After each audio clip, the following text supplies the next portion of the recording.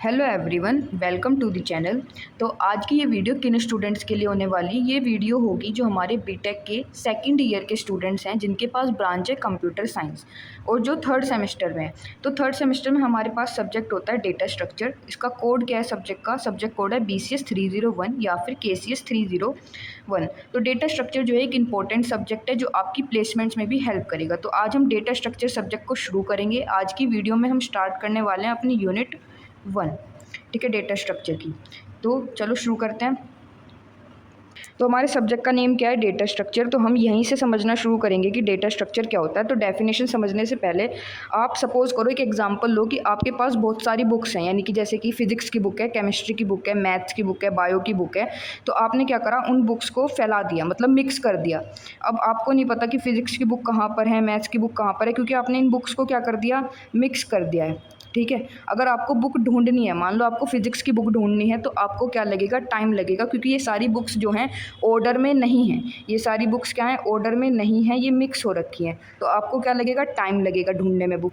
अगर वहीं ये बुक्स क्या होती, अगर ये बुक्स सारी बुक्स ऑर्डर में लगी हुई होती, सपोज ये बुक्स सारी ऑर्डर में लगी हुई होती, ये मान लो 3 रैक हैं, यहाँ पे सारी फिजिक्स की बुक होंगी, यहाँ पे सारी केमिस्ट्री की बुक होंगी, यहाँ पे सारी मैथ्स की बुक होंगी। तो जब आप फिजिक्स की बुक ढूंढने जाओगे तो आप सीधा इस वाली रो में ढूंढोगे, इस वाली रैक में ढूंढोगे। केमिस्ट्री की बुक ढूंढने जाओगे तो इस वाली रैक में ढूंढोगे, मैथ्स की बुक ढूंढने जाओगे तो इस वाली रैक में। तो इसमें क्या होगा, आपको ज़्यादा टाइम लगेगा ही नहीं। आपको पता है कि भाई फर्स्ट वाली रैक में फिजिक्स की बुक है, तो आप इजीली वहाँ से निकाल लोगे। तो आपका क्या हुआ, टाइम बच गया और एफिशिएंसी भी क्या होगी, इंक्रीज होगी। तो वैसे ही हमारा क्या होता है, डेटा स्ट्रक्चर होता है। अब पढ़ेंगे इसकी definition, what is data structure. A data structure is a way of organizing, storing and managing data in a computer so that it can be accessed and modified efficiently। Data structure क्या होता है? Data structure एक ऐसा तरीका है जिससे हम क्या कर सकते हैं, अपने डेटा को ऑर्गेनाइज कर सकते हैं, स्टोर कर सकते हैं और मैनेज कर सकते हैं डेटा को। अब डेटा कहाँ मैनेज करोगे भाई, कंप्यूटर के अंदर ही करोगे, ताकि उसे क्या कर सकते हैं, एक्सेस एंड मॉडिफाई कर सकें हम एफिशिएंटली। इसलिए हम किसका यूज़ करते हैं, डेटा स्ट्रक्चर का यूज़ करते हैं, ताकि वो डेटा जो है एक्सेस हो सके या मॉडिफाई हो सके एफिशिएंटली और टाइम भी हमें कम लगे। ठीक है। यहाँ मैंने सिंपल रियल लाइफ एग्जांपल लिख रखा है डेटा स्ट्रक्चर का। Imagine a book shelf where books are arranged in a proper order. एक बुक शेल्फ है, जो बुक का एग्जांपल मैंने अभी आपको दिया कि बुक शेल्फ है, उसमें जो बुक्स हैं वो प्रॉपर ऑर्डर में लगी हुई हैं। जैसे यहाँ फिजिक्स की बुक है, यहाँ केमिस्ट्री की बुक है, फिजिक्स की है, यहाँ केमिस्ट्री की, यहाँ मैथ्स की। तो ये बुक्स क्या हैं, प्रॉपर ऑर्डर में लगी हुई हैं। You can quickly find a book. आप बुक को ईजिली और फास्टर तरीके से क्या कर सकते हो, फाइंड आउट कर सकते हो। You can add a new book at the correct place. आपको पता है कि भाई फिजिक्स की बुक यहाँ पे रखे, तो अगर आपके पास कोई नई फिजिक्स की बुक आई तो आप इसी वाली रैक में क्या करोगे, उसे ऐड कर दोगे। तो you can add a new book at the correct place. आप बुक को सही प्लेस पे इजीली ऐड कर सकते हो और आप बुक को इजीली रिमूव भी कर सकते हो। आपको अगर उस बुक की ज़रूरत नहीं है तो रिमूव भी कर सकते हो उस बुक को इजीली। तो ये डेटा स्ट्रक्चर का मैंने एग्जांपल समझा दिया रियल लाइफ से रिलेट करके। Similarly a data structure organises data in a systematic way so that it can be stored, searched, inserted and deleted efficiently. उसी तरीके से हम डेटा को भी ऑर्गेनाइज करके या फिर मैनेज करके रखते हैं अपने कंप्यूटर सिस्टम्स के अंदर, ताकि उसे स्टोर किया जा सके, सर्च किया जा सके, इंसर्ट किया जा सके एंड डिलीट किया जा सके एफिशिएंटली। ठीक है। ये वर्ड्स याद रखना कि डेटा को हम ईजिली सर्च कर सकते हैं, यानी ढूंढ सकते हैं। इंसर्ट, अगर हमें कोई नया डेटा ऐड करना है तो ऐड करा सकते हैं, या डेटा को डिलीट करना है, किसी एंट्री को डिलीट करना है तो हम डेटा को डिलीट भी कर सकते हैं एफिशिएंटली। तो ये होता है आपका डेटा स्ट्रक्चर। ठीक है। बेसिक है, तो अगर बेसिक क्लियर होगा तो आपको आगे जाके कोई दिक्कत नहीं होगी। तो ये आपको आई होप समझ में आ गया होगा डेटा स्ट्रक्चर। ठीक है। अब नेक्स्ट पढ़ेंगे हम कि हमें डेटा स्ट्रक्चर, हम पढ़ क्यों रहे हैं, हमें डेटा स्ट्रक्चर की ज़रूरत क्या है, वाई डू वी यूज़, हम यूज़ क्यों कर रहे हैं। मैंने अभी आपको बताया कि अगर बुक्स सारी फैली हुई हैं तो आपको टाइम लगेगा और एफिशिएंसी भी क्या होगी, डिक्रीज़ होगी, क्योंकि बुक ढूंढने में आपको टाइम लग रहा है, क्यों आपको नहीं पता कौन सी बुक कहाँ पर है। वहीं अगर बुक्स जो हैं ऑर्डर में लगी होंगी तो आप बुक जो है इमीडिएटली फाइंड कर लोगे, टाइम जो होगा आपका डिक्रीज़ होगा, एफिशिएंसी भी क्या होगी, टाइम आपको कम लगेगा और एफिशिएंसी भी आपकी क्या हो जाएगी, इंक्रीज़ हो जाएगी। तो ये इसलिए हम किसका यूज़ करते हैं, डेटा स्ट्रक्चर का। देखो क्या लिखा हुआ है पहला point, efficient data storage stores large amount of data in an organised way. अच्छा, अभी तो आप मान लो कि 5-6 बुक थी, वहीं अगर आपके पास 500-600 बुक हैं जो मिक्सड अप हुई हुई हैं, मिली हुई हैं एक दूसरे, एक के ऊपर एक के ऊपर एक, आपको नहीं पता फिजिक्स की बुक कहाँ है, केमिस्ट्री की, तो अगर ज़्यादा अमाउंट में बुक होंगी, वैसे ही ज़्यादा अमाउंट में अगर डेटा होगा तो आप क्या कर पाओगे, डेटा को ईजिली फाइंड कर पाओगे। अगर वो ऑर्डर में नहीं है तो नहीं कर पाओगे। तो इसलिए हम किसका यूज़ करते हैं, डेटा स्ट्रक्चर का, ताकि हम जो लार्ज अमाउंट ऑफ डेटा है उसे भी क्या कर सके, ऑर्गेनाइज्ड वे में स्टोर कर सके। फास्ट सर्चिंग अभी बताया था मैं आपको, अभी बताया था कि इजीली या फिर फास्ट सर्च कर सकते हो, helps find data quickly. Easy insertion and deletion makes adding और रिमूविंग डेटा ईजियर। ये भी पॉइंट मैंने अभी आपको बताया था कि आप डेटा को ईजिली इंसर्ट यानी ऐड भी कर सकते हो, डिलीट भी कर सकते हो। फोर्थ है better memory utilisation uses computer memory efficiently. अगर आप डेटा स्ट्रक्चर का यूज़ करोगे तो मेमोरी भी क्या होगी, कंप्यूटर की कम यूज़ होगी और एफिशिएंटली यूज़ होगी। Improved program performance reduces execution time and increases speed. अगर आपका मतलब आप डेटा स्ट्रक्चर यूज़ कर रहे हो, डेटा आपका ऑर्गेनाइज्ड है एक प्रॉपर मैनर में, तो एग्जीक्यूशन टाइम भी क्या होगा, कम लगेगा। एग्जीक्यूशन टाइम का मतलब होता है कोड को रन करने में कितना टाइम लग रहा है, और स्पीड भी, अगर टाइम कम लगेगा, एग्जीक्यूशन टाइम कम होगा तो स्पीड भी क्या होगी, इंक्रीज होगी। ठीक है, तो ये जो थे कुछ पॉइंट्स हैं कि जो डिस्क्राइब करते हैं कि हम डेटा स्ट्रक्चर को क्यों यूज़ कर रहे हैं। अब आता है क्लासिफिकेशन ऑफ डेटा स्ट्रक्चर। अब डेटा स्ट्रक्चर को हम क्लासीफाई करते हैं दो मेन कैटेगरीज में, टू मेन कैटेगरीज होती हैं। देखो फर्स्ट कौन सा हमारे पास, प्रिमिटिव डेटा स्ट्रक्चर। अब आपको पता होगा हमारे पास कौन सी मतलब प्रोग्रामिंग लैंग्वेजेस होती हैं, डिफरेंट प्रोग्रामिंग लैंग्वेज, जैसे कि सी होती है, C++ होती है, जावा होती है। अब इन प्रोग्रामिंग लैंग्वेजेस के अंदर आपको कुछ बिल्ट इन फंक्शन मिलते हैं, बिल्ट इन या फिर कह सकते हो बाय डिफ़ॉल्ट कुछ फंक्शंस या फिर कुछ मेथड्स या कुछ डेटा टाइप्स ऐसे होते हैं जो ये प्रोग्रामिंग लैंग्वेजेस आपको प्रोवाइड करेंगी यानी बाय डिफ़ॉल्ट जब आप इनके साथ वर्क करते हो तो वो डेटा टाइप्स आपको मिलते ही मिलते हैं। तो वो क्या होते हैं, बिल्ट इन होते हैं, यानी कि पहले से ही उन प्रोग्रामिंग लैंग्वेजेस में होते हैं। तो उन्हें ही हम क्या कहते हैं, प्रिमिटिव डेटा स्ट्रक्चर। यहाँ पे डेफिनेशन देखो, basic data types provide by the programming language, यानी कि वो बेसिक डेटा टाइप जो प्रोग्रामिंग लैंग्वेज आपको प्रोवाइड करती है, यानी कि बिल्ट इन होते हैं, ऑलरेडी होते हैं उस प्रोग्रामिंग लैंग्वेज में, उसे हम क्या कहते हैं, प्रिमिटिव डेटा स्ट्रक्चर कहते हैं। अब प्रिमिटिव डेटा स्ट्रक्चर के कुछ होते हैं हमारे पास टाइप्स, जैसे integer, character, float, double, pointer, Boolean. ये सब किसके टाइप है, प्रिमिटिव डेटा स्ट्रक्चर के टाइप से। अब जैसे इंटीजर है, इंटीजर क्या स्टोर करता है, हमारे जो बिना पॉइंट की वैल्यूज़ होती हैं, जो हमारे पास होल नंबर्स होते हैं, जैसे 1 2 3 4 5 6 7 8, तो ये सब क्या है, हमारे पास होल नंबर्स हैं। तो इन्हें कौन स्टोर करेगा, हमारा इंटीजर स्टोर करता है। सेकंड है कैरेक्टर। अब कैरेक्टर स्टोर क्या करेगा, कैरेक्टर स्टोर करता है जो हमारे पास ये वैल्यूज़ होती हैं, जैसे हमारे पास ए हो गया, बी हो गया, सी हो गया, तो ये सब क्या है हमारे पास कैरेक्टर, उसे कौन स्टोर करेगा, कैरेक्टर डेटा टाइप। ठीक है, इतना समझ में आया। अब जो फ्लोट है, फ्लोट क्या स्टोर करता है, पॉइंट वैल्यूज़, यानी जो पॉइंटिंग नंबर होता है हमारे पास, जैसे कि 4.3 या फिर 4.2, तो इनमें क्या आ गया, इन नंबर्स में हमारे पास क्या आ रहा है, पॉइंट्स आ रहा है, इनमें क्या आ रहा है, हमारे पास पॉइंट आ रहा है। तो जो पॉइंटिंग वैल्यूज़ होती हैं उन्हें कौन स्टोर करता है, फ्लोट स्टोर करता है। जैसे 2.5, तो इन्हें कौन स्टोर करेगा, फ्लोट। अब डबल भी क्या करता है ना, डबल भी पॉइंट वैल्यूज़ को ही स्टोर करता है, लेकिन जो डबल है, डबल पॉइंट वैल्यूज़ को ही स्टोर करता है, लेकिन डबल मान लो फ्लोट है, फ्लोट होता है 4 बाइट्स का, फ्लोट होता है 4 बाइट्स का, और डबल होता है हमारे पास 8 बाइट्स का। यानी कि कोई पॉइंट नंबर ऐसा है जो बहुत ज़्यादा बड़ा है, उसकी रेंज जो है बहुत ज़्यादा है, तो वो फ्लोट में नहीं आ पाएगा, क्योंकि उसकी रेंज कितनी है, सिर्फ और सिर्फ 4 बाइट की, और डबल की रेंज कितनी है, 8 बाइट की। तो वो किस में स्टोर करवा लेंगे, हम डबल में स्टोर करवा लेंगे। ये समझो एक तरीके से फ्लोट का बड़ा भाई कौन है, डबल। अगर फ्लोट से नंबर नहीं संभल रहा तो वो किस में स्टोर हो जाएगा, डबल में, क्योंकि डबल की रेंज होती है 8 बाइट, डबल की रेंज होती है 8 बाइट और फ्लोट की रेंज होती है 4 बाइट। अगर लिखना चाहो तो लिख लो अभी कि फ्लोट की रेंज 4 बाइट्स होती है और इसकी और डबल की रेंज होती है 8 बाइट्स। ठीक है, तो फ्लोट और डबल आपको समझ में आ गया होगा। नेक्स्ट क्या है, पॉइंटर। पॉइंटर जो है हम जो वेरिएबल है उसका एड्रेस स्टोर कराने के लिए यूज़ करते हैं, इसे हम आगे पढ़ेंगे। ठीक है, बूलियन किस लिए यूज़ होता है, बूलियन यूज़ होता है, बूलियन में सिर्फ और सिर्फ 2 वैल्यूज स्टोर करवा सकते हो, या तो 0 स्टोर करवा सकते हो या फिर 1 स्टोर करवा सकते हो, या फिर आप स्टोर करवा सकते हो ट्रू, या फिर आप स्टोर करवा सकते हो फॉल्स।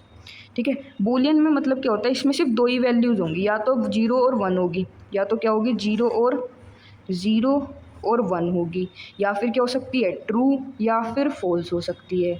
ठीक है, एक ही वैल्यू स्टोर होगी, या तो 0 और 1 में से 0 स्टोर करवा लो, या फिर 0 या 1 में से 1 होगी एक ही स्टोर। जैसे ट्रू और फॉल्स है तो दो वैल्यूज़ है ना, ट्रू या फॉल्स में से या तो फॉल्स स्टोर होगी या फिर ट्रू स्टोर होगी, तो इसे हम कहते हैं बूलियन डेटा टाइप। ठीक है, बूलियन डेटा टाइप में दो वैल्यूज़ होती हैं, उसमें से आप कोई एक ही स्टोर करवा सकते हो, ये होती है हमारे पास boolean data type. I hope इतना समझ में आया होगा प्रिमिटिव डेटा टाइप्स।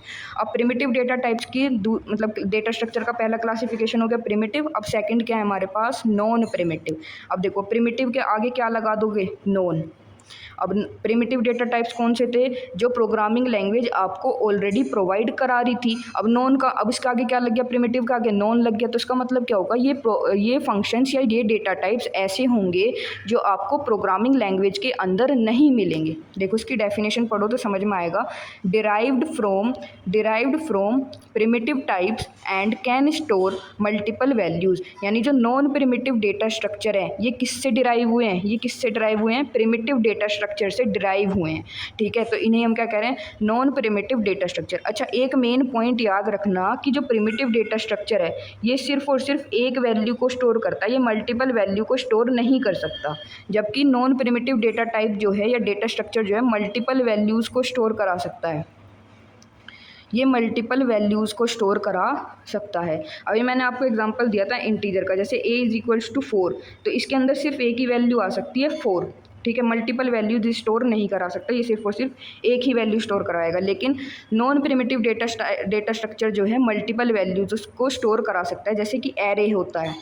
एरे के अंदर आप मल्टीपल वैल्यू को स्टोर करा सकते हो, जैसे 4, 5, 6, 7। तो खुद ही डिफरेंस देखो ना, यहाँ पे क्या हो रहा है, यहाँ पे सिर्फ और सिर्फ एक ही वैल्यू स्टोर हो रही थी और यहाँ पे कितनी वैल्यू स्टोर हो सकती है, मल्टीपल वैल्यूज़। एरे का एग्जांपल ले लो, 4, 5, 6, तो आपने यहाँ पे क्या स्टोर करवा ली, मल्टीपल वैल्यूज़ स्टोर करा ली। तो आई होप जो प्रिमिटिव और नॉन प्रिमिटिव का डिफरेंस होगा आपको क्लियर हो गया होगा। अब नॉन प्रिमिटिव डेटा स्ट्रक्चर्स को आप क्लासीफाई करते हो लीनियर डेटा स्ट्रक्चर्स में और नॉन लीनियर डेटा स्ट्रक्चर में। ठीक है, ये दोनों इंपॉर्टेंट है, लीनियर डेटा स्ट्रक्चर और नॉन लीनियर डेटा स्ट्रक्चर। इसको ध्यान से समझना क्योंकि पूरा जो यूनिट है या पूरा सब्जेक्ट है इनकी बात होगी। ठीक है, ये सब हम मतलब डिटेल में भी समझेंगे आगे जाके। तो ये जो लीनियर डेटा स्ट्रक्चर है, नॉन लीनियर डेटा स्ट्रक्चर है, इसे ध्यान से समझना। देखो लीनियर डेटा स्ट्रक्चर और नॉन लीनियर डेटा स्ट्रक्चर से स्टार्ट करते हैं। अच्छा, लीनियर डेटा स्ट्रक्चर देखो ये यहाँ मैंने डेफिनेशन लिख रखी है। नॉन प्रिमिटिव डेटा स्ट्रक्चर के टाइप्स होते हैं लीनियर और नॉन लीनियर। पहले हम समझते हैं लीनियर डेटा स्ट्रक्चर क्या होता है। इसके नाम में क्या रहा है, लीनियर। लीनियर का मतलब क्या होता है, एक सीक्वेंस में लगे होंगे, सीक्वेंस में होगा। यानी कि जो डेटा टाइप मतलब जो डेटा होगा वो किस में होगा, एक सीक्वेंस में होगा, 1 by 1 होगा। ठीक है, एक के पीछे एक ऐसा कह देते हैं ना, तो वो ये in a linear data structure elements are arranged sequentially. किस में अरेंज होंगे, कैसे अरेंज होंगे, सीक्वेंशियली अरेंज होंगे, वन आफ्टर अनदर, एक के बाद एक। एग्जाम्पल क्या है लीनियर डेटा स्ट्रक्चर का, arrays, queues, stack, link list.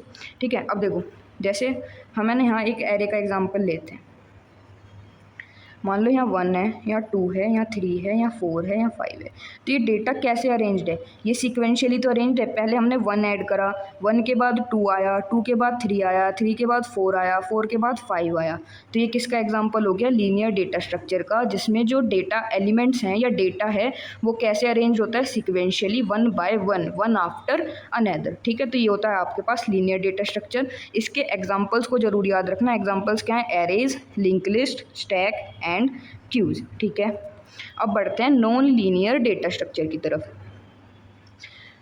यहाँ पे ना लीनियर लिखा हुआ है, ये गलती से लिख दिया, यहाँ पे है ना आप नॉन कर लेना, ये नॉन लीनियर डेटा स्ट्रक्चर होगा। यहाँ पे गलती से लीनियर आ गया, इसके आगे नॉन जरूर लगा लेना। ठीक है, ये यहाँ पे नॉन लीनियर होगा। ठीक है, नॉन लीनियर डेटा स्ट्रक्चर। अब नॉन लीनियर डेटा स्ट्रक्चर क्या होते हैं, in a non linear data structure elements are not arranged in a sequential manner. अब लीनियर में क्या हो रहा था, डेटा एलिमेंट्स कैसे अरेंज थे, सीक्वेंस में अरेंज थे। अब लीनियर के आगे क्या लग गया, लीनियर के आगे लग गया नॉन, तो यानी कि एलिमेंट्स जो हैं सीक्वेंस में अरेंज नहीं होंगे। In a non linear data structure elements are not arrange in sequential manner. अब एलिमेंट्स जो हैं सीक्वेंस में अरेंज नहीं होंगे, यानी कि एक के बाद एक एलिमेंट्स ऐसे अरेंज नहीं होंगे। One element can be connected to multiple element, एक एलिमेंट जो है वो मल्टीपल एलिमेंट से कनेक्ट हो सकता है, यानी सीक्वेंस में नहीं होगा। ठीक है, तो इसका एग्जाम्पल क्या है नॉन लीनियर डेटा स्ट्रक्चर का, ग्राफ्स या फिर ट्रीज। ठीक है, ग्राफ या फिर ट्रीज। ट्रीज में देखो कैसे होता है, जैसे यहाँ पे एक ट्री है ना, ये इसे हम बोलते हैं रूट नोड। रूट नोड का फिर एक चिल्ड्रन होता है, इसे बोलते हैं लेफ्ट चिल्ड्रन, फिर होता है राइट चिल्ड्रन, फिर इनके फर्दर क्या होते हैं, चिल्ड्रंस होते हैं। तो यहाँ पे कोई सीक्वेंस नहीं है, यानी कि जो डेटा है वो किस में अरेंज नहीं है, सीक्वेंस मैनर में अरेंज नहीं था, सीक्वेंशियल मैनर में अरेंज नहीं है जैसे लीनियर में था। तो इसलिए हम इसे क्या कहते हैं, नॉन लीनियर डेटा स्ट्रक्चर कहते हैं। तो नॉन लीनियर का एग्जांपल याद रखना, ग्राफ एंड ट्रीज किसका एग्जांपल हो गया आपका, नॉन लीनियर डेटा स्ट्रक्चर का। I hope linear data structure और नॉन लीनियर डेटा स्ट्रक्चर आपको क्लियर हो गया होगा। ठीक है, अब बढ़ते हैं हम अपने कि हम डेटा स्ट्रक्चर पढ़ रहे हैं। ठीक है, अब डेटा स्ट्रक्चर पे हम कौन कौन से ऑपरेशंस परफॉर्म कर सकते हैं, ये ध्यान से पढ़ना, क्योंकि आगे जो है ना हम ये क्या कर रहे हैं, बेस क्लियर कर रहे हैं, आपको इनकी आगे नीड होगी। ठीक है, इसलिए ध्यान से समझ के चलो। Operations on data structure are the action that can be performed on the data stored in. अब डेटा स्ट्रक्चर हम क्यों यूज़ कर रहे हैं, डेटा को स्टोर करने के लिए। तो हम किस पे ऑपरेशन परफॉर्म करेंगे, डेटा के ऊपर ऑपरेशन परफॉर्म करेंगे। अब कौन कौन से ऑपरेशन हम परफॉर्म कर सकते हैं, देखो ट्रैवर्सल। अब ट्रैवर्सल का मतलब क्या होता है, visiting each element of the data structure exactly once. देखो एक एग्जांपल लेके चलते हैं, उससे समझेंगे। सपोज करो ये आपके पास एक एरे है जिसमें एलिमेंट्स है 10, 2, 4, 5। ठीक है, अब जो एरे है उसकी सीक्वेंस, रुको एक मिनट हम इससे बनाते हैं। सपोज़ आपके पास एक एरे है, इसमें फर्स्ट एलिमेंट 10 है, फिर 2 है, फिर 1 है, फिर 4 है। अब एरे की इंडेक्सिंग होती है शुरू 0 से, ये आगे पढ़ेंगे हम डिटेल में, 0, 1, 2, 3, इसे हम बोलते हैं इंडेक्सिंग। ठीक है, इसे हम इंडेक्सिंग बोलते हैं 0, 1, 2, 3 को। अब पहला ऑपरेशन क्या है, ट्रैवर्सल। ट्रैवर्सल की डेफिनेशन देखो, visiting each element of the data structure exactly once, यानी कि हर एक डेटा एलिमेंट को हम विजिट करेंगे। जैसे हम पहले 10 के पास गए, फिर हम 10 से मिल लिए, 10 से मिलने के बाद हम किसके पास गए, 2 के पास गए, अब 2 से भी मिल लिए हम, 2 से मिलने के बाद हम किसके पास गए, 1 के पास, 1 से भी मिलना हो गया, 1 से मिलने के बाद किसके पास गए, 4 के पास। तो इसे बोलते हैं ट्रैवर्सल। ट्रैवर्सल का मतलब हो गया हम हर एक एलिमेंट के पास जा रहे हैं, हम हर एक एलिमेंट को विजिट कर रहे हैं। ठीक है, तो इसे कहते हैं ट्रैवर्सल। ठीक है, आई होप पहला वाला समझ में आ गया होगा। अब सेकंड क्या है, इंसर्शन। इंसर्शन का मतलब होता है adding a new element into the data structure. Insertion का मतलब क्या है, डेटा को अगर आपको एक मतलब कि न्यू एलिमेंट ऐड करना है, आपकी इच्छा हुई कि भाई मुझे 5 भी ऐड करना है, तो 5 आप ऐड करोगे, आपने यहाँ पे ऐड कर दिया, तो इसकी इंडेक्सिंग क्या होगी, 0, 1, 2, 3, 4। अब ऐसा नहीं है कि आप सिर्फ यहाँ पे ही ऐड कर सकते हो, आप शुरू में भी ऐड कर सकते हो, बीच में कहीं भी ऐड कर सकते हो। इसे क्या कहते हैं, इंसर्शन। इंसर्शन का मतलब हो गया अगर आप डेटा स्ट्रक्चर के अंदर एक न्यू एलिमेंट इंसर्ट करना चाह रहे हो। ठीक है, तो सेकेंड ऑपरेशन भी क्लियर हो गया होगा। अब देखो थर्ड क्या है, डिलीशन। अब आप चाह रहे हो कि मुझे किसी एलिमेंट को क्या करना है, डिलीट करना है डेटा स्ट्रक्चर को। डेटा स्ट्रक्चर में से सपोज करो आपको ये 10 पसंद नहीं आया, 10 का आपको काम नहीं है कुछ, तो 10 को आपको डिलीट करना है। तो डिलीशन को ही क्या कह रहे हैं, डिलीशन अगर ऑपरेशन परफॉर्म करोगे या रिमूव करोगे तो वो कौन सा ऑपरेशन हो जाएगा आपका, डिलीशन ऑपरेशन हो जाएगा। ठीक है, एलिमेंट को डिलीट करना डेटा स्ट्रक्चर से। ठीक है, अगर आप इसे डेटा स्ट्रक्चर में से डिलीट कर दोगे 10 को, तो आपकी एरे कैसी हो जाएगी, एरे हो जाएगी 2, 1, 4 और 5। ठीक है, इंडेक्सिंग होगी 0, 1, 2, 3, क्योंकि आपने क्या करा, 10 को डिलीट कर दिया। 10 को डिलीट कर दिया तो डिलीट करने के बाद क्या होगा, डिलीट करने के बाद आपकी एरे कुछ ऐसी दिखेगी, क्योंकि आप 10 को डिलीट कर चुके हो, डिलीट कर दिया हमने। ठीक है, तो ये क्या था हमारे पास, डिलीशन ऑपरेशन। अब डिलीशन ऑपरेशन के बाद है searching, finding the location of a particular element. आपको क्या करना है, आपको इस एरे में कोई एलिमेंट ढूंढना है। सपोज आपको 1 ढूंढना है, तो सर्चिंग को क्या मतलब कि एलिमेंट के ढूंढने को क्या कह रहे हैं, हम सर्चिंग कह रहे हैं। तो 1 जो है, एलिमेंट 1 जो है, या फिर आपको मान लो 4 ढूंढना है, तो एलिमेंट 4 कहाँ पे प्रेजेंट है, एलिमेंट 4 प्रेजेंट है एट इंडेक्स 2। किस इंडेक्स पे प्रेजेंट है, ये मैंने अभी बताया था आपको, ये होती है इंडेक्सिंग।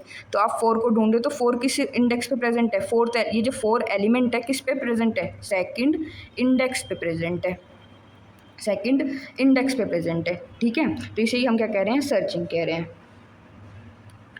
आई होप ये भी समझ में आ गया होगा आपको। अब है next sorting, arranging data in a specific order, ascending या फिर डिसेंडिंग। असेंडिंग डिसेंडिंग तो भाई सबको पता होगा। सॉर्टिंग का मतलब है कि आपको इस एरे में जो एलिमेंट्स हैं उन्हें अरेंज करना है एक पर्टिकुलर ऑर्डर में। मान लो आपको असेंडिंग ऑर्डर में अरेंज करना है, छोटे से बड़ा, तो 1, 2, 4, 5, इंडेक्सिंग हो जाएगी 0, 1, 2, 3। तो ये क्या हो गया हमारे पास, ये हो गया हमारे पास कि हमने सॉर्ट कर दिया असेंडिंग ऑर्डर में। अगर डिसेंडिंग ऑर्डर में करना चाह रहे हो तो कैसे होगी, 5, 4, 2, 1। तो ये क्या हो गया हमारे पास, डिसेंडिंग ऑर्डर में हो गया। तो इसे ही क्या कह रहे हैं, सॉर्टिंग कह रहे हैं। आई होप ये समझ में आ गया होगा। ठीक है जी,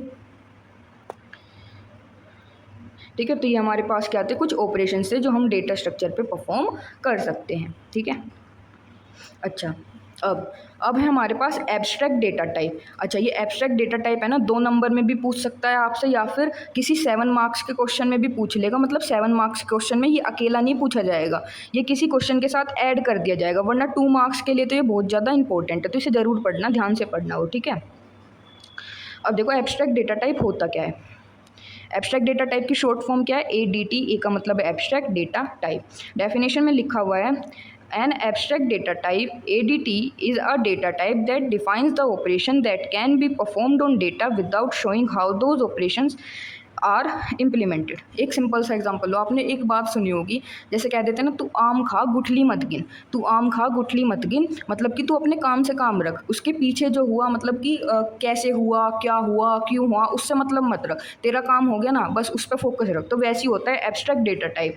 एब्स्ट्रैक्ट डेटा टाइप में मतलब कि डिफाइन करता है ऑपरेशंस को जो आप एक डेटा पे परफॉर्म कर सकते हो। मतलब आप डेटा पे ऑपरेशंस, कौन कौन से ऑपरेशंस आप डेटा पे परफॉर्म कर सकते हो विदाउट शोइंग, ये बिना बताए, ये मतलब वो ये नहीं बताता कि वो ऑपरेशंस कैसे इम्प्लीमेंट होंगे। अब देखो, मुझे पता है समझ में नहीं आया होगा, देखो यहाँ पे सिंपल सा लिखा हुआ है, मैं ADT क्या बताता है, वो टू डू यानी कि क्या करना है, not how to do it यानी कि कैसे करना है, ये वो चीज़ नहीं बताता। यहाँ रियल लाइफ एक एग्जांपल है, उससे देखो। मान लो थिंक ऑफ एन ATM। आप मतलब ATM में तो गए होगे वहाँ से पैसे वगैरह विड्रॉल करने, तो आप वहाँ से क्या करते हो, पैसे विड्रॉल करते हो, अपना पिन वगैरह डालते हो, जो भी ATM पिन वगैरह है, ATM का पिन वगैरह है वो डालते हो, वहाँ डिपॉजिट करते हो मनी, चेक करते हो बैलेंस को अपने, ठीक है। तो मान लो आप ATM मशीन के पास गए, वहाँ से पैसे वगैरह निकालने अपने, आपने क्या करा, अपना ATM पिन एंटर करा और आपका वो जो मशीन है वो आपको क्या करती है, पैसे निकाल के दे देती है, ठीक है। अब आपने तो सिर्फ क्या काम करा, आपने सिर्फ ऑपरेशन क्या परफॉर्म करा, आपने अपना मतलब कि पिन वगैरह या फिर जो दूसरी डिटेल्स थी वो एंटर करी और आपके हाथ में क्या आ गया, आपके पैसे आ गए।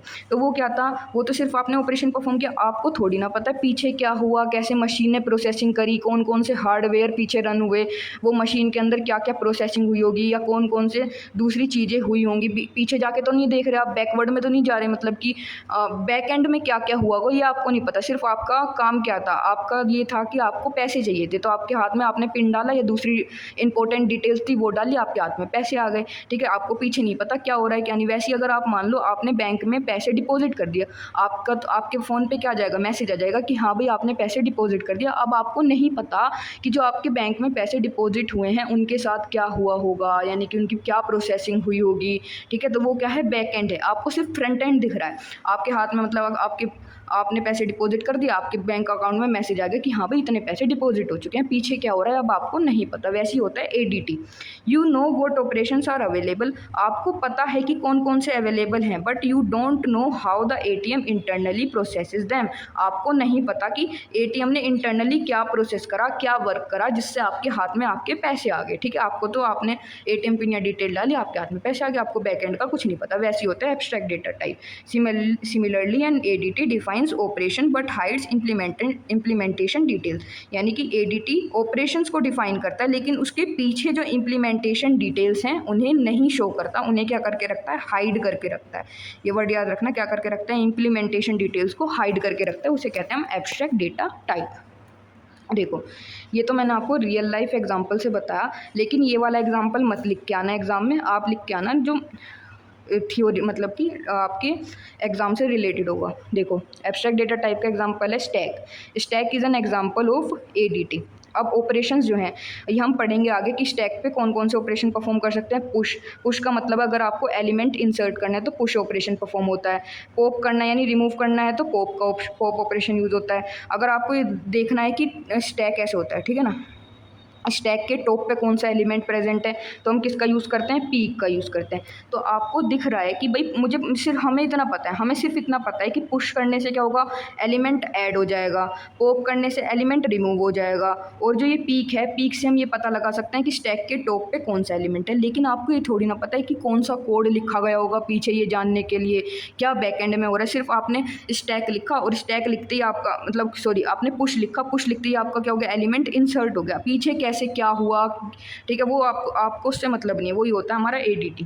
The ADT only tells us that these operation exist. ADT हमें क्या बता रहा है कि हाँ ये ऑपरेशन है, ये ऑपरेशन आप यूज़ कर सकते हो it does not tell us whether the stack is implemented using an array और अ लिंक लिस्ट। ये आपको ये नहीं बता रहा कि पीछे क्या हो रहा है, ये ऑपरेशन कैसे परफॉर्म हो रहे हैं, ये एरे की हेल्प से परफॉर्म हो रहे हैं या लिंक लिस्ट की हेल्प से परफॉर्म हो रहे हैं। इससे आपको मतलब नहीं होना चाहिए। सिर्फ ये आपको क्या बता रहे हैं, ये ऑपरेशंस अवेलेबल हैं, आप इनका यूज़ कर सकते हो। तो वही क्या होता है, एब्स्ट्रैक्ट डेटा टाइप। ठीक है, आई होप समझ में आ गया होगा, मैंने पूरी कोशिश की है समझाने की।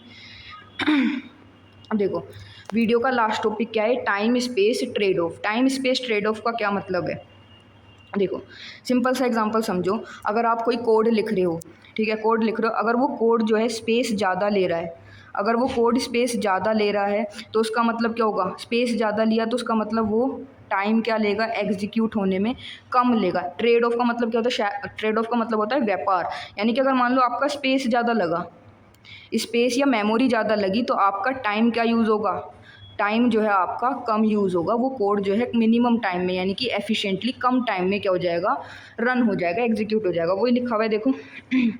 A time space trade off is a technique where we use more memory space to reduce execution time or use less memory but take more time। वही है कि अगर आप स्पेस ज़्यादा ले रहे हो तो टाइम कम लगेगा, वहीं अगर आपने टाइम ज़्यादा ले लिया तो अगर सॉरी एक मिनट, स्पेस ज़्यादा ले रहे हो तो टाइम क्या होगा, कम लगेगा। लेकिन अगर आपने स्पेस कम यूज़ करी है तो भाई टाइम ज़्यादा लगेगा।